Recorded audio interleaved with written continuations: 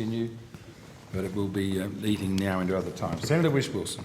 Thank you, Chair. How long have I got? 10 minutes? Yep, you have. Yeah. Just got a few questions about the Joint Strike Fighters Air 6000 program.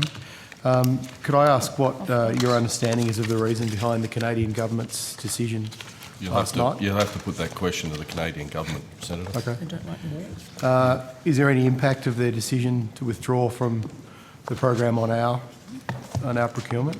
I think that, again, that was a policy statement from the incoming Prime Minister. I haven't seen a definitive that has now happened, but we can get, I don't think Chief Air Force in a position to answer that. We'll get not the DMO, CASG to come and talk about that. I don't think so. It won't impact on us. Not with the numbers of aircraft that are being produced. And just to give you an example, there's currently 150 F-35s flying today, mainly in the US, actually all in the US. No, I lie, mainly in the US because the Italian aircraft just flew in Italy. So about 150 already flying. By the time Canada would have been proposed to come in a couple of years' time, there would have been upwards around 350 aeroplanes. So I'm not sure if there would be an impact or not in the timeline that you're talking about. Another customer could jump in and take those slots. Could you just clarify which other countries are involved in the Joint Strike Fighter program apart from the US? If I could add a little bit, Senator, to that last piece. So the production line still looks like, for the world, looking around 3,000 Joint Strike Fighters total. In there, my understanding of earlier thoughts for Canada, comments around 65 aeroplanes in that order. Canada has just completed a couple of years ago an extension for their Classic Hornets, which would have got them out till sort of they're planning on around the mid-20s or thereabouts. So there is still a timepiece to come yet in when Canada would have or could have entered the Joint Strike Fighter program in terms of buy. Yep, and I'll get that other for you in a second. So I'll start while he goes the list. So the US, Australia, Canada, Norway, UK, Turkey, Italy, Netherlands, Japan. There's a couple of FMS customers that they don't talk about. Okay.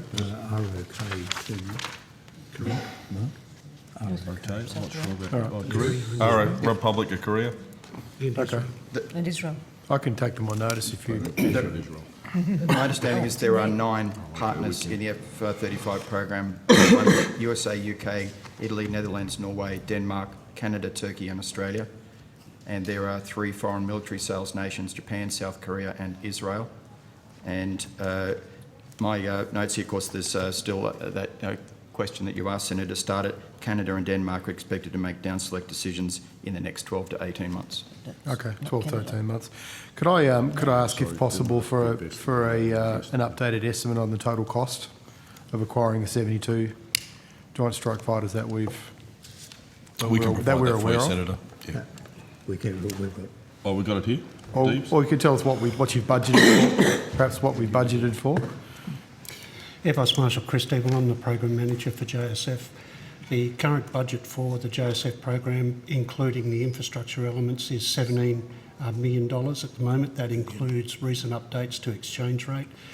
Sorry, 17 billion or million? 17 billion, sorry. Oh, sorry, yeah. Excuse me. That includes the purchase of 72 aircraft. The first aircraft were purchased in LRIP 6. They were currently, the value of that was $126.7 million for those first 2 aircraft. But over the life of the production, which will go out to 2023, we're expecting the average cost of our aircraft to be $90 million each. So has that come down from earlier estimates? We're currently on a learning curve, so there's a number of factors that actually impact on the cost of the aircraft. They include a learning curve as you get more aircraft through that production line. then clearly you get a greater understanding of how the efficiencies can be gained. And there's also an aspect associated with volume. Over the next 3 years, we anticipate that we'll move from about 4 aircraft being manufactured a month up to 8 aircraft. So we're at the point of increasing production.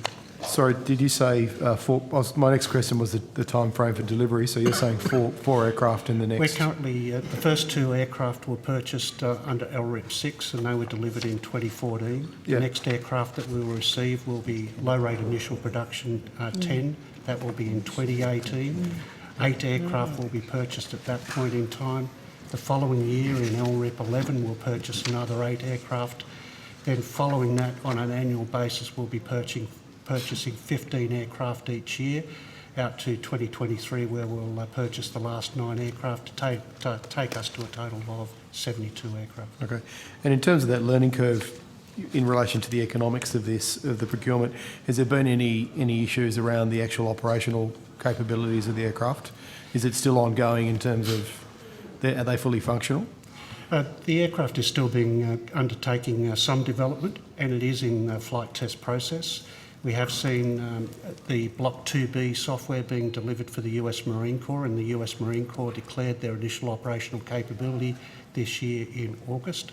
The testing of the software associated with our final requirement of Block 3F for declaration of IOC is on track. It is in the test process. This is the difficult part of what we're undertaking at the moment.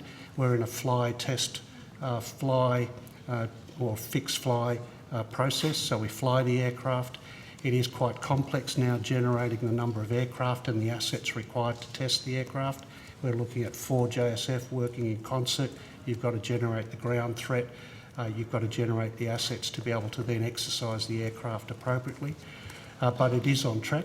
This is a very complex program, however, and there will always be issues that you will strike. It will continue that way. I envisage that we will be working through these issues through the next couple of years.